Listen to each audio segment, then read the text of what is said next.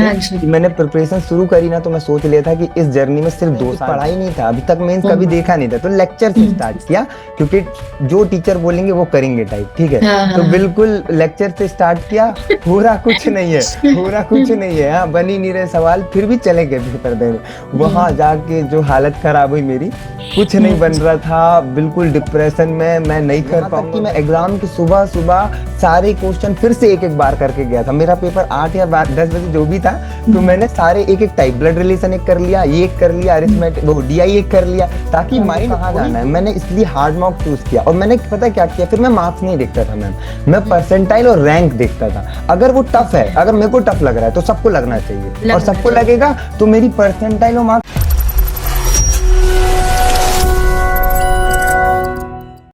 So hello everyone, this is Meenakshi and welcome to Guidely. आज हमारे साथ एक बहुत ही ऑप्टिमिस्टिक पर्सनैलिटी हम बोल सकते हैं, हर्षित पटेल हमारे साथ हैं, जो कि मध्य प्रदेश से बिलोंग करते हैं। रिसेंटली इन्होंने आरआरबी पीओ और क्लर्क दोनों क्वालिफाई किए हैं, वो भी फर्स्ट अटेम्प्ट में।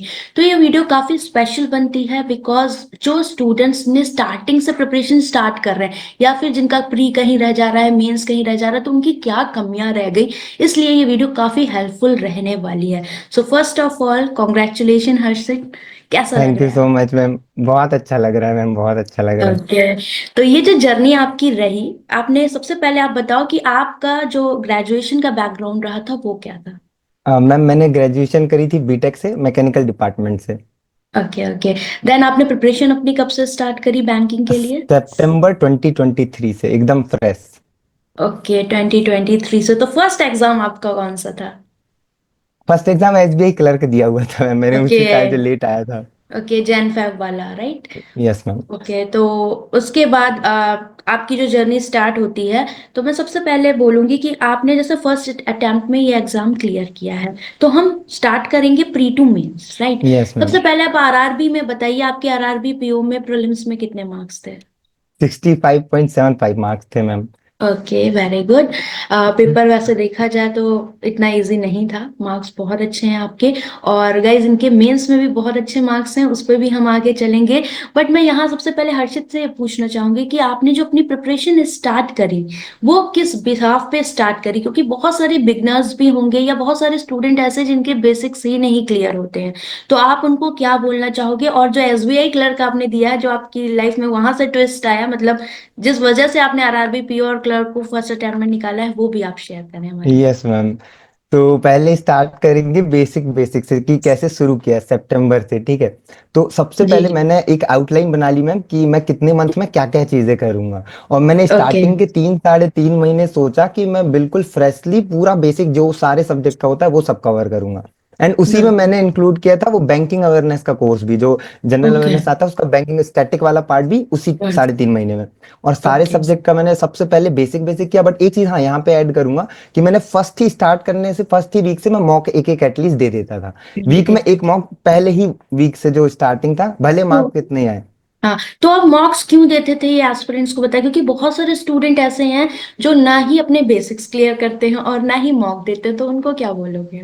देखो, पहले तो मैं मॉक अगर बोलूँ तो मॉक इसलिए देना जरूरी होता है, आपको पता ही नहीं होता उस एग्जाम में आता क्या है, कैसे आता है, क्या डिस्ट्रीब्यूशन है क्वेश्चंस का, वो सारी चीज कुछ नहीं पता होता। आप कहीं से कहीं प्रैक्टिस करते हो, कहीं भी चले जाते हैं। तो मॉक इसलिए बिल्कुल देता था ताकि पता रहे और वीकनेस समझते जाए कि कहाँ मेरे को दिक्कत है, क्या पढ़ना चाहिए।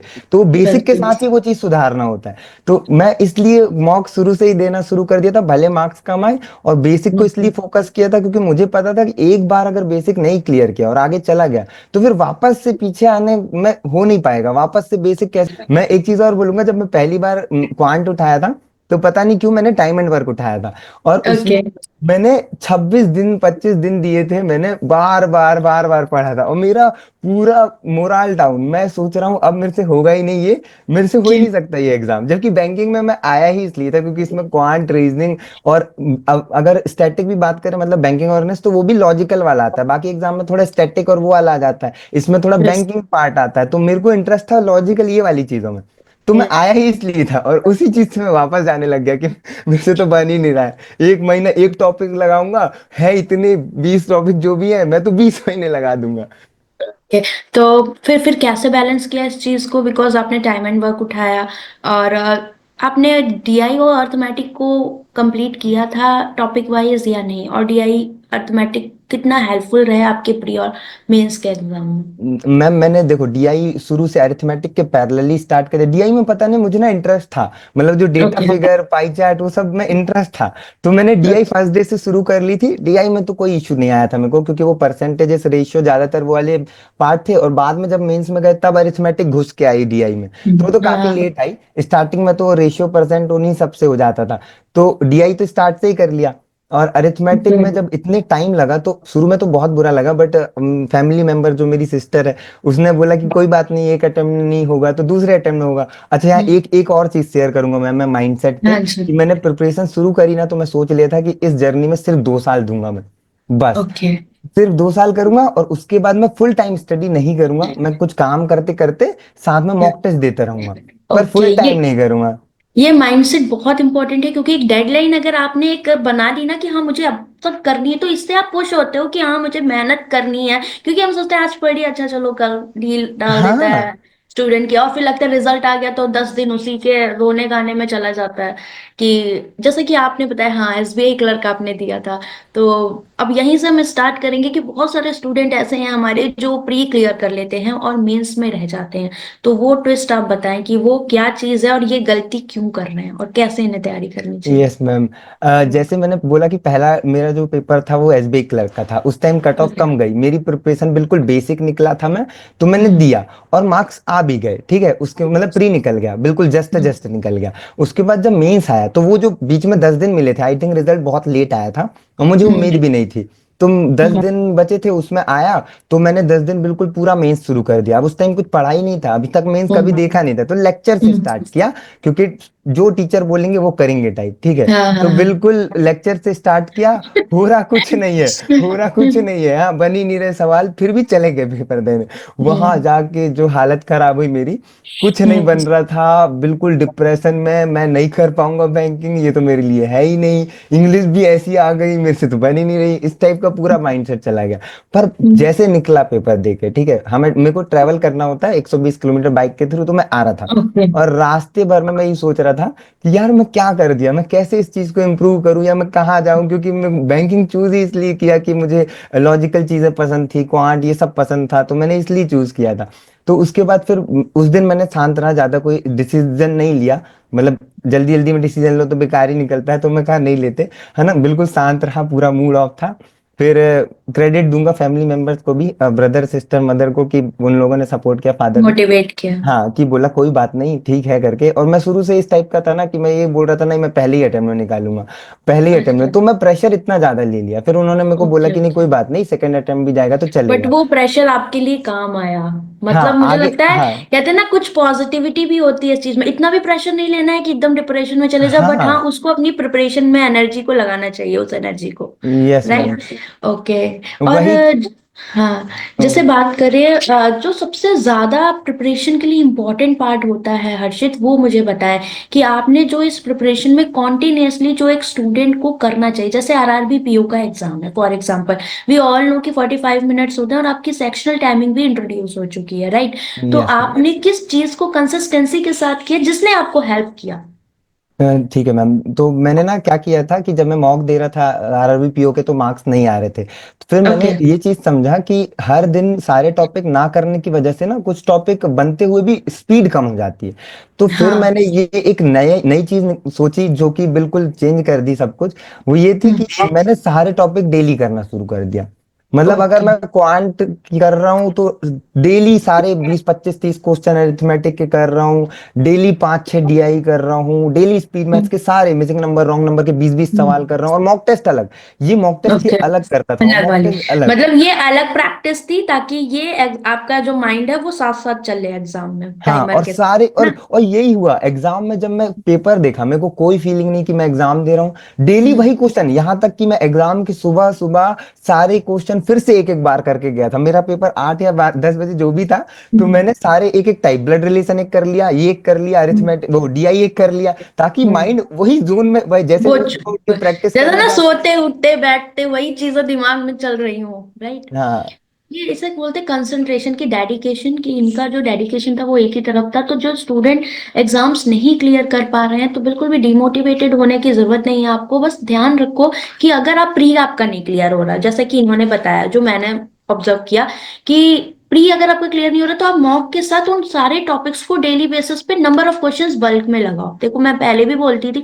इससे क्या होगा कि आप फैमिलियर हो जाओगे उन चीजों के, और वो फिर कॉन्फिडेंस बनेगा एग्जाम में।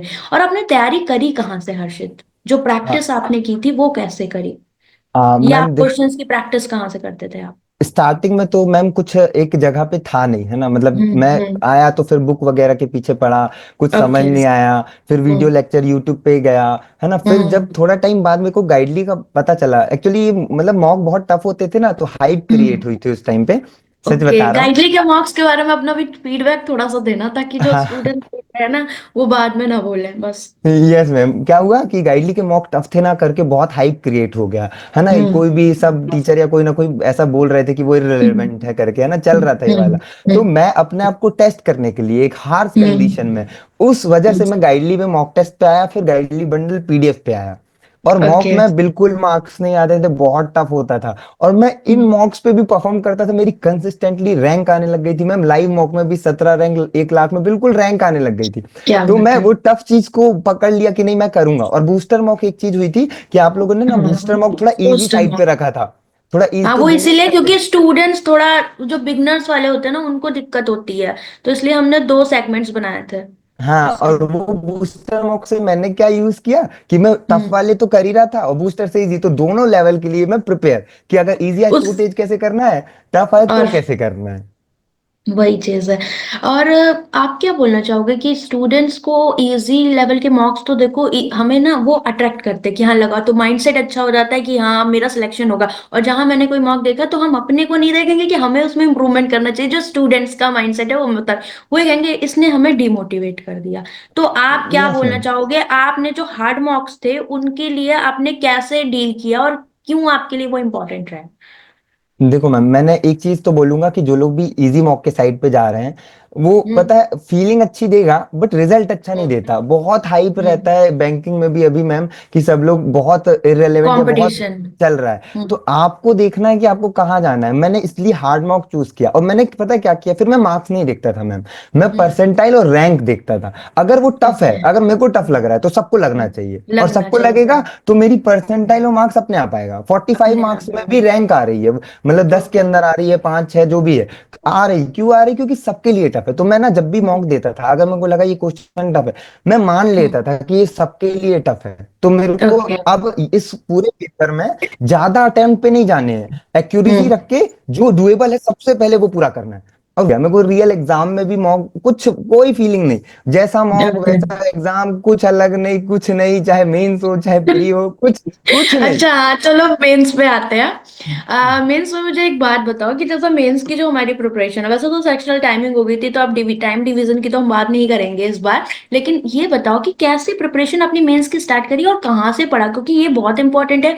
मेंस का कंटेंट रेलेवेंट पढ़ना, और दूसरा मेंस की प्रैक्टिस कब से करना। जैसे कि आपने बताया कि एसबीआई क्लर्क का रिजल्ट आपका नहीं मतलब हाँ, मिला मेंस का, तो मेंस का, उसके हाँ। बाद तो जो स्टूडेंट्स अभी आरआरबी पीओ क्लर्क के लिए प्रिपेयर कर रहे हैं उनको आप क्या एडवाइस देना चाहोगे कि आपने जो जर्नी करी, क्योंकि आपने निकाला एग्जाम, मतलब आपने कहीं ना कहीं तैयारी शुरू करी होगी फैब के बाद से, राइट? यस मैम, तो फैब मुझे एग्जैक्टली। टाइम जर्नी पे जाओ कि कितने मंथ आपने क्या किया, मेंस किया, प्री किया, और जो रिजल्ट आपको अभी मिला है।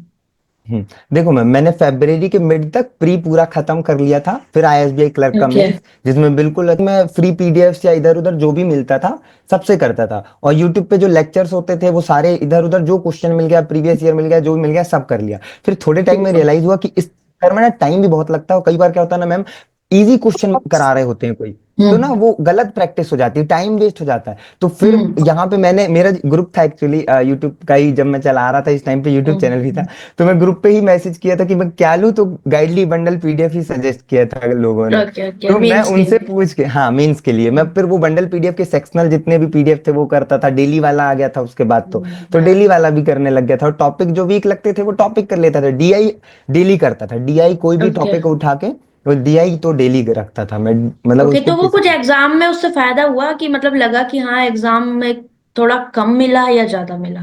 कम लेवल? आया मैम, बहुत कम लेवल था ओके। मतलब। अब ओके। लोग कहेंगे कि भाई आपने 23 ही क्वेश्चन किए, कम लेवल क्यों बोल रहे हो? हम्म। मेंस में चॉइस ऑफ क्वेश्चन बहुत इंपॉर्टेंट है। वही 23 चूज करना। 22 किए, वो 23 के 23 सही करना बिल्कुल। या 22 सही करना वो अब बहुत। कोई आपको किसी भी सब्जेक्ट में पीएचडी नहीं करनी है, आपको एवरेज सारे सेक्शंस को लेके जाना है, क्योंकि आपकी सेक्शनल कट ऑफ भी रह जाती है। अभी एक यस स्टूडेंट मैम। जस्ट हुआ, उसका जीए ओवरऑल आरआरबी पीओ में हुआ है, बट जीए में सेक्शनल रह गया। तो इसलिए क्या बोलना चाहोगे? क्योंकि बहुत सारे स्टूडेंट है, या तो क्या क्वांटिटेटिव एप्टीट्यूड रीजनिंग ही करते रहेंगे, या जीए ही करते रहेंगे। तो आपने चारों सब्जेक्ट को, पांचों को कैसे बैलेंस किया था? मैम बहुत बहुत इंपॉर्टेंट पॉइंट था, ये चीज मेरे माइंड में आई थी हम्म। जब मैं तैयारी कर रहा था। क्योंकि हाँ। मैं एक सब्जेक्ट को बहुत टाइम देता था, दो चीज इसके लिए किया था मैम। पहला, हाँ। मैंने एक बैलेंस्ड अप्रोच बनाई थी जिसमें सारे सब्जेक्ट को डेली टाइम देता था। एंड मैं ओके। घंटे करता था कि कितने घंटे क्या पढ़ा। और वीक में एवरेज आउट करके मैं चेक करता था कि किस सब्जेक्ट को मैंने कितना टाइम दिया।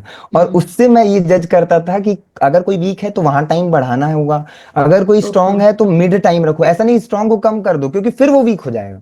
इस जर्नी में यही देखा मैंने कि अगर कोई स्ट्रांग चीज है और अगर आपको 10 दिन छोड़ दिए उसको, तो 11वें दिन से फिर वो वापस थोड़ा सा नीचे ही चले जाता है। तो बिल्कुल शुरू से मैंने सारे सब्जेक्ट को टाइम दिया, बिल्कुल डिस्ट्रीब्यूट किया, प्री मेंस ऐसे मेंटेन किया कि 1 घंटे प्री कर लेता था क्वांट में, 1.5 से 2 घंटे मेंस कर लिया, रीजनिंग में आधा घंटा 45 मिनट मैंने प्री कर लिया, बाकी मेंस कर लिया, इंग्लिश में पूरा मेंस ही कर लिया, प्री का बिल्कुल एक मॉक दे दिया, सेक्शनल इस टाइप का कर लिया था। और जीए तो पहले से शुरू, अप्रैल मार्च से मैंने डेली वाला शुरू कर दिया था। अच्छा, कोई चीज आपने क्वांट में स्किप करी थी कि हाँ पर्टिकुलर ये टॉपिक मैं छोड़ दूं? सबसे पहले छोड़ा था मैंने प्रोबेबिलिटी और मेंसुरेशन, फेमस टॉपिक, पर फिर मैंने हाँ। कवर कर लिया था मैम।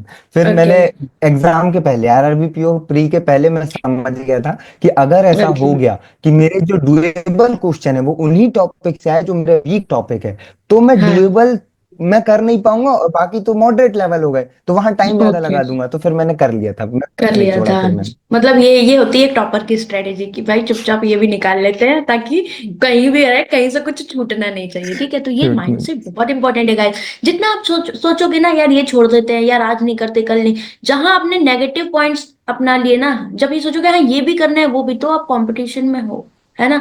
और रिजल्ट आपके सामने है, आप देख रहे हो। ठीक है, तो ऐसा भी नहीं है कि कोई अलग से कोई स्टूडेंट है या कुछ है, सब मेहनत कर रहे हैं, और सब आप भी वैसा ही हो, ये भी ऐसे ही है। बट डिफरेंस क्या है, अगर आपका कहीं सिलेक्शन नहीं हुआ या फिर आप तैयारी स्टार्ट कर रहे हो, कि आपको ऐसे ऐसे चीजों को ध्यान में रखना है ना। बाकी स्ट्रेटेजी सबकी अलग होती है। और एक चीज हर्षित, आपके मेंस में टोटल मार्क्स कितने आए? 105.44 मार्क्स थे आरआरबी प्यो मेंस ओके, में। आरआरबीपीओ में, और इंटरव्यू में? 82 पॉइंट समथिंग थे ma'am. 82 something. Okay, very good. So आपने जो ये एग्जाम क्लियर किया है, इसमें आपका कोई एक ऐसा पॉइंट है जो आपका लर्निंग फेज रहा हो कि हाँ ये स्टूडेंट को जरूर से जरूर करना चाहिए, आगे निकलना है? क्या 3 पॉइंट्स ऐसे सबसे हैं? पहला तो मैम, जब जब डिमोटिवेट हो, जब जब क्वेश्चन या मॉक ना बने, कम जाए, वहीं जरूरत है उसी पे टाइम देने की। हमेशा हम स्किप करते हैं और आगे बढ़ जाते हैं, इजी मॉक देके खुद को खुश कर लेते हैं, और फिर वो जो बहुत टफ बड़ी मॉक है वो बात है। एनालाइज भी नहीं करते, नहीं बहुत करते। बड़ी बात है। तो वो मैं नहीं किया, मैं अपने कंफर्ट जोन, जहां जहां मैं डिस्कंफर्ट हुआ, जहां मेरे को अजीब लगा, मैं वहीं पे फोकस किया। मतलब मतलब अपने कंफर्ट जोन से बाहर आना है, हाँ, पहला पॉइंट पहला मॉक्स को पॉइंट। लेकर खास हाँ। तौर से। और और मॉक्स अच्छे लेवल के देने हैं। हम्म, दूसरा point? Prepare for the worst. सब कंडीशन में प्रिपेयर करना है आपको, यहाँ तक कि एक छोटी सी बात की, मॉक में जो होम मतलब स्क्रीन होती है लैपटॉप की, 125 जूम पे रहती है रियल एग्जाम में, वो भी करके रखता था, रियल एकदम आपको रियल एग्जाम सिनेरियो के ताकि हिसाब से स्क्रॉल प्रैक्टिस करने करनी। वाला भी टाइम हाँ, जाए आपका, हाँ, राइट? हाँ, हाँ। वो सब करके रखता था, जूम करके रखता था, ऊपर नीचे स्क्रॉल कर रहा हूँ, तो एकदम एग्जाम को ध्यान में रखकर आपको एग्जाम से रिलेवेंट मतलब वैसे ही। और एक टाइम में हाँ, मॉक लोग पॉज भी करते हैं, ये चीज इसमें और है कि बिल्कुल हाँ, पॉज नहीं करना है वो मॉक, बहुत वन गो गंदी में। चीज होती है। हाँ। हाँ फिर बिल्कुल, वन गो वो में। फिर दोबारा एनर्जी बूस्ट हो जाती है, फिर वो वाला सीन नहीं रहता। Third point? हाँ, हाँ। Third third point, point? हाँ, थर्ड पॉइंट, हाँ, मैं ये बोलूंगा कि खुद के लिए थोड़ा सा टाइम निकालना चाहिए डेली। जो सेल्फ ऑब्जर्वेशन का, अपने आप को शांत रखने का, वो मतलब एक चीज बोलूंगा मैम, मैं कभी एग्जाम में पैनिक नहीं हो पाया, मेरे को कभी फील ही नहीं आया मैं एग्जाम दे रहा हूँ, और उसका क्रेडिट यही है ओके। कि एक तो मैं मेडिटेशन करता था, और दूसरा रोज खुद को आधे घंटे देता था जहां मैं खुद के बारे में सोचता था कि मैं क्या कर रहा हूँ, सही कर रहा हूँ, गलत कर रहा हूँ, और वो सेल्फ ऑब्जर्वेशन बहुत इंप्रूव करता है, वही और आपको कामनेस गाइड भी कर आ जाती है देती है। उससे। हाँ, उससे हाँ, वो आपको गाइड कर देती है कि आप कहाँ सही जा रहे हो, कहाँ गलत जा रहे हो। तो बहुत हाँ, पॉजिटिविटी मिली मुझे इस इंटरव्यू से, क्योंकि हर्षित ने जो जो पॉइंट्स बताए मुझे लगता है कि बहुत ही जरूरी है। ठीक है, तो इस वीडियो में जो भी पॉइंट्स हमने डिस्कस किए हैं आई थिंक एक एस्पिरेंट के लिए इम्पोर्टेंट है। पॉइंट और ऐड करूंगा मैं एक पॉइंट और ऐड कर लेता हाँ हूँ। हाँ एक ये हर्षित पॉइंट में बताओ। कि ना लोग दो चीज पूछते हैं कि कंफर्ट वो क्रिएट करने के लिए, जैसे कुछ लोग बोलते हैं कि लाइब्रेरी जाना बेहतर है या घर में पढ़ना बेहतर है, हम्म। या फिर 8 घंटे हाँ। पढ़ना बेहतर है या 12 घंटे पढ़ना बेहतर है। मैं दोनों हम्म। चीज में बोलूंगा, मैं तो घर से तैयारी किया था, डिस्ट्रैक्शन मिलना चाहिए आपको और आप उसको टैकल कर पाओ। और दूसरी चीज कि आप एक दिन 12 घंटे पढ़ के अगले दिन कुछ ना पढ़ो, उससे अच्छा कंसिस्टेंटली 8 घंटे पढ़ो। मैं हमेशा शुरू से जब भी प्रिपरेशन शुरू किया था 8 घंटे डेली पढ़ता था, और एग्जाम टाइम में 12 घंटे पढ़ता था। बट वो 12 घंटे। कंसिस्टेंसी मैटर कर जाती है। Okay okay. इतना रिक्वायर्ड है ही, क्योंकि जो इस टाइम कंपटीशन चल रहा है आपको कुछ एक्स्ट्रा लोगों से करना ही पड़ेगा। ठीक है, कहते हैं ना लोग कि बैंक का एग्जाम है इतना टाइम रिक्वायर्ड नहीं, बट है, क्योंकि आप देख रहे हैं बैंक में कंपटीशन भी और लेवल भी आपका इंक्रीज हो रहा है। ठीक है, यस ये मैम। भी रहता है। और इसके अलावा हर्षित लास्ट में मैं ये बोलूंगी कि आपका ये जो पूरी प्रिपरेशन जर्नी में है, कहते हैं ना थोड़ा सा माइंडसेट, वो तो हमने सर डिस्कस कर ही लिया है अभी, है ना। इसके यस। अलावा आपका क्या ऐसा चैलेंजिंग पॉइंट रहा जो स्टूडेंट्स के लिए मोटिवेशन हो सकता है, जो आप शेयर करना चाहते हैं। मैं यही कहूंगा कि मेंस जितना ज्यादा टाइम दे दो स्टार्टिंग में जर्नी में, क्योंकि मेंस के एग्जाम जब प्री निकलता है और उसके बाद आप पैनिक होते हो, आपको करंट अफेयर पढ़ना होता है। तो शुरू से मेंस को ध्यान में रखो, अपनी जो स्ट्रेटेजी बनाओ उसमें मंथ दो, मेंस को टाइम दो डेली। और वो क्योंकि बहुत मैम क्या होता है, प्री के क्वेश्चन तो बन जाते हैं, मेंस के हम्म। बनते नहीं, बुरा लगता है। वहां सबसे बड़ा चैलेंज आता है कि आपके बुरा बन लगता है, मन नहीं हो रहा है वहां दिल करने का। टूट जाता है फिर कि हाँ अब नहीं हो पाएगा ना ऐसा। ऐसा हाँ। बहुत सारे स्टूडेंट के साथ होता है, क्योंकि हम ना यूट्यूब पे भी तो देखो सब प्री में ही जुटे रहते हैं, मेंस पढ़ा हुआ बच्चे ही यस बहुत मैम। कम दिखते हैं, तो नहीं फिर आते मैम, वही चीज वीडियो ही नहीं होती है। देखते। फिर जो सीरियस कैंडिडेट्स है ना, वो मेंस में थोड़ा सा डिप्रेशन में चले जाते हैं, क्योंकि उनको लगता है वो हमसे होगा ही नहीं, इसलिए स्टार्टिंग से ही थोड़ा थोड़ा करते चलो। ठीक है, और आपके पास सोर्सेज भी हैं, देखो गाइडली पे भी देखो पीडीएफ बंडल इसीलिए लॉन्च किया था, स्टूडेंट्स के माइंड को ध्यान में रखते हुए कि सारी चीजें आपको एक जगह मिल जाए। और कोई चीज अगर आपको प्रॉफिट दे रही है आपकी जर्नी में, तो मुझे लगता है वो इंपॉर्टेंट है, और सबसे ज्यादा टाइम सेविंग होनी चाहिए। और सबसे ज्यादा जो इंपॉर्टेंट है वो आपका पॉजिटिव एटीट्यूड और आपकी मेहनत, कंसिस्टेंसी, है ना।